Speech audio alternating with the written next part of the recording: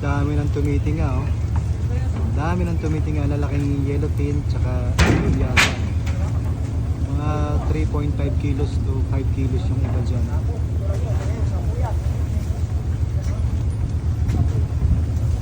Delikado guys, makabagsak yun. Kita nyo, ang lakas ng dagata sa sahig. Mabigat. Kaya talagang dapat ingat-ingat dito guys, kasi marami na aksidente sa ganito. Lalo na pagkatuna.